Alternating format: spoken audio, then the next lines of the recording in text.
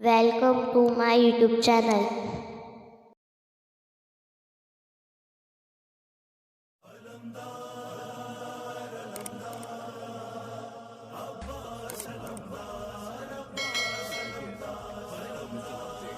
سامعین گرامی قدر،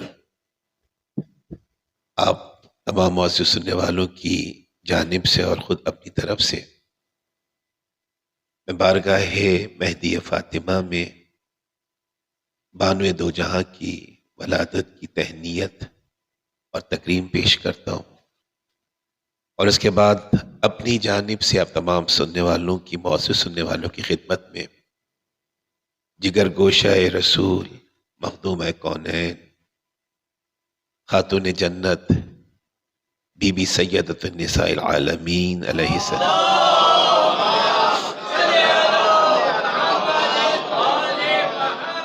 سلام اللہ علیہ کی ولادت بسعادت کے حوالے سے آپ تمام مومنین کی خدمت میں مبارکباد پیش کرتا ہوں۔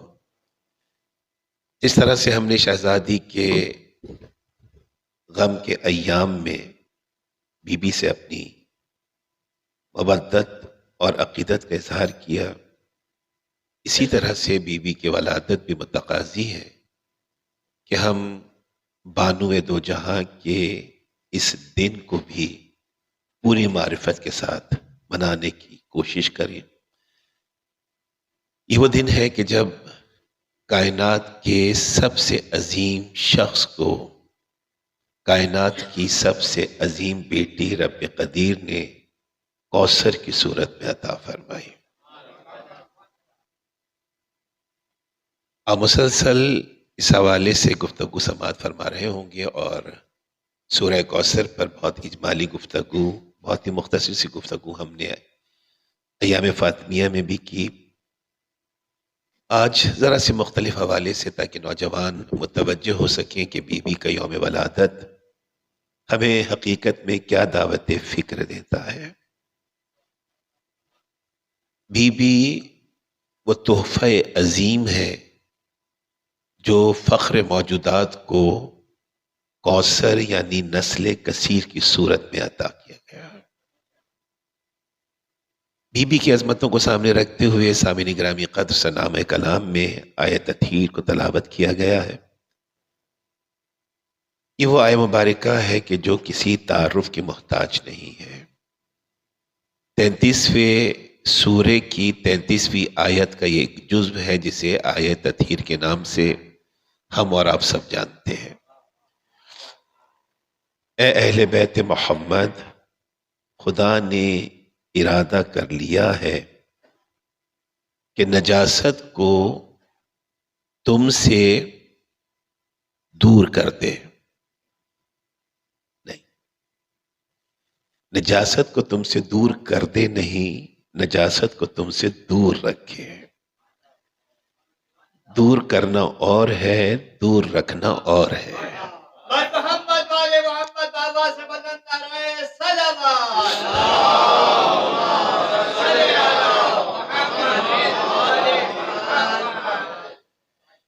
اس آیت مبارکہ کی روشنی میں آپ کی حاضریوں کو سلام عقیدت پیش کروں گا، اس لیے کہ آپ کی حاضریاں اس بات کی گواہی ہے کہ آپ کے فکر و نظر، آپ کی رفتار و گفتار میں نجاست کا شائبہ کہیں نہیں ہے، پاکیزگی ہے، تبھی ان اہل بیت اطہار کے در پہ آپ موجود ہیں۔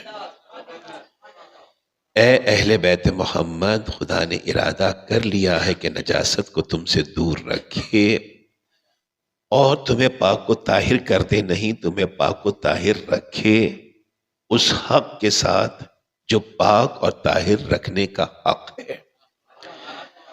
ہر آیت کا ایک شان نزول ہے۔ اب الحمدللہ اس مکتب سے بہت معرفت سے بھرپور گفتگو مختلف علماء کرام سے سنتے ہیں۔ میں اپنا ذکر نہیں کر رہا ہوں، دیگر علماء اور خطبہ جو یہاں پہ تشریف لاتے ہیں وہ ایک نظریاتی سوچ کے تحت آپ کو توحید سے، رسالت سے، امامت و ولایت سے، قرآن سے، دین سے اور شریعت سے آگاہی فراہم کرتے ہیں۔ قرآن کی حقیقتیں آپ کے سامنے ہیں، مجھے اس کی تفصیل میں جانے کی ضرورت نہیں ہے۔ ایک جملہ جس کی آپ تائید فرمائیں گے کہ پورا کا پورا قرآن مجید قلب مطہر رسالت پہ نازل ہوا۔ اب اس کے بہت سے مختلف طریقے رہے، جن میں سے ایک طریقہ یہ بھی تھا کہ جناب جبرائیل علیہ السلام بارگاہ رسالت سے آیت قرآنی یا سورہ قرآن لے کر آتے اور قلب مطہر رسول پر اس سورہ کو نازل فرماتے تھے۔ اب اس میں حقیقت یہ رہی کہ جہاں پر بھی خدا کا رسول تھا، آیے قرآنی یا سورہ قرآن اسی مقام پہ نازل ہوا۔ مکے میں، مدینے میں، سفر میں، حضر میں، رزم میں، بزم میں، بلندی میں، گہرائی میں، محراب میں، منبر پر، میدان جنگ میں، دوران سفر، جہاں پر بھی رسول تھے وہیں پر وحی الہی کا فرشتہ وحی الہی کو لے کے نازل ہوا۔ لیکن جب کلام اور گفتگو کچھ ایسی ہو کہ جس کی اہمیت رب قدیر یہ چاہے کہ ہمیشہ اذہان میں باقی رہے، تو اس پیغام کو پہنچانے سے پہلے کچھ ایسی باتیں رونما ہوتی ہیں جو معمولات میں داخل نہیں ہوتی، بلکہ معمولات سے ہٹ کر اس پیغام کو پہنچانے کا اہتمام کیا جاتا ہے۔ جیسے رسول نے تمام خطبے منبر سے دیے، مسجد سے دیے، مسجد نبوی میں خطبے دیتے رہے، مختلف مقامات پر زیب رونق افروز منبر ہوئے اور خطبے دیتے رہے۔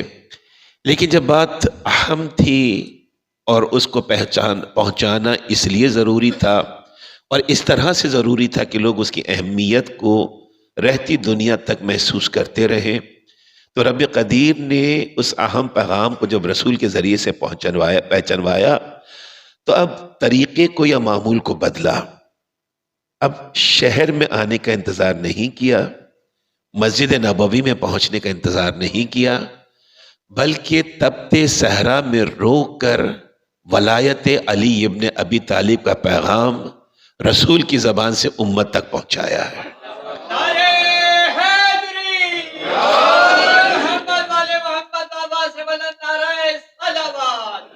یہی روٹین سے ڈیوییٹ کیا، معمولات سے ڈیوییٹ کیا، اور فقط یہ نہیں کہ تپتے ہوئے صحرا میں روک لیا، بلکہ منبر پر آنے کے بعد جو اب تک نہیں کیا تھا وہ پہلی مرتبہ کیا کہ مجمع سے امیر کائنات کو اٹھایا اور اپنے برابر بٹھا لیا۔ اس سے پہلے کبھی نہیں کیا تھا، یہ معمول سے ہٹ کر بات ہوئی تاکہ لوگوں کے ذہن میں رہے کہ غدیر خم کی منزل پر جب رسول پالان شتر کے منبر پر آئے تھے تو امیر کائنات کو اپنے ساتھ منبر پر بٹھایا تھا۔ اب یہ اہتمام رسالت بھی ہے، اہتمام قدرت بھی ہے، اور ان کو دونوں کو ملائیے تو نتیجہ کیا نکلتا ہے کہ جب معمول سے بات ہٹ جاتی ہے تو ہر کوئی متوجہ ہوتا ہے۔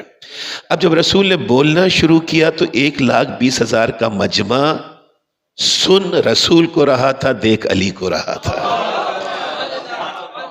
بات معمول سے ہٹ گئی تھی، سن رسول کو رہا تھا، دیکھ علی کو رہا تھا۔ بعین ہی جب بات آیہ تطہیر کے نزول کی آئی تو رب قدیر نے طریقے کو یا معمولات کو بدلا۔ اب تک جہاں رسول تھے وہاں پر وحی آ رہی تھی، اب جہاں پر وحی کو آنا تھا اس در سیدہ پہ رسول کو چل کے جانا۔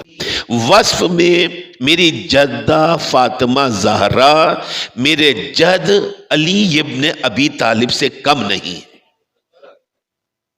یہ جملہ چھوٹا جملہ نہیں ہے، اس جملے کو ہمیں سرسری نہ سننا ہے، نہ سمجھنا ہے، نہ اس سے گزرنا ہے، بلکہ اس کو پہ رکیے، اس کو پونڈر کیجئے، اس کو ایکسپلور کیجئے۔ یہ اس وقت کا میرا موضوع نہیں ہے، اگر میرا حافظہ ساتھ دیتا ہے تو پچھلے سال ایام فاطمیہ پہ میں نے اس پہ کچھ گفتگو کی تھی، لیکن ظاہر جو گفتگو کی تھی میں اس کو دہرانا نہیں چاہتا ہوں، فقط ایک اشارہ کہ امام صادق فرماتے کہ میری جدہ فاطمہ زہرا بنت رسول خدا ہر وصف میں میرے جد مولا متقیان کارخانہ ہستی کے مرد نامتناہی علی ابن ابی طالب کے برابر ہے، مساوی ہے۔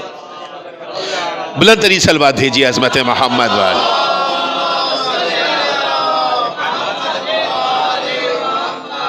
اب یہ بتائیے کہ جب امام صادق نے کہا کہ ہر وصف میں میری جدہ، میرے جد علی ابن ابی طالب کے برابر ہے، اور اگر یہ برابر نہ ہوتے تو کوئی بھی کفو امیر کائنات جس طرح سے قرار پائے، سید عالم کا کفو کوئی بھی قرار نہ پاتا۔ جب انبیاء میں وہ فضائل، وہ اوصاف حمیدہ، وہ اوصاف جلیلہ جمع نہ ہو سکے کہ جو بی بی کے کفو قرار پائیں سوائے امیر کائنات کے، یہ چونکہ دونوں مساوی ہیں، تساوی کے منزل پر ہیں، برابر ہیں، اس لیے زوج علی ابن ابی طالب سیدہ عالم قرار پائی ہیں۔ اب دیکھیں ایک سوال میں کروں گا پھر آگے بڑھوں گا کہ یہ دونوں برابر ہیں، اور کس کا جملہ ہے؟ صادق آل محمد کا جملہ ہے، امام صادق کا جملہ ہے کہ یہ دونوں فضیلتوں میں برابر ہیں، کوئی بھی صفت اٹھا لیں یہ دونوں برابر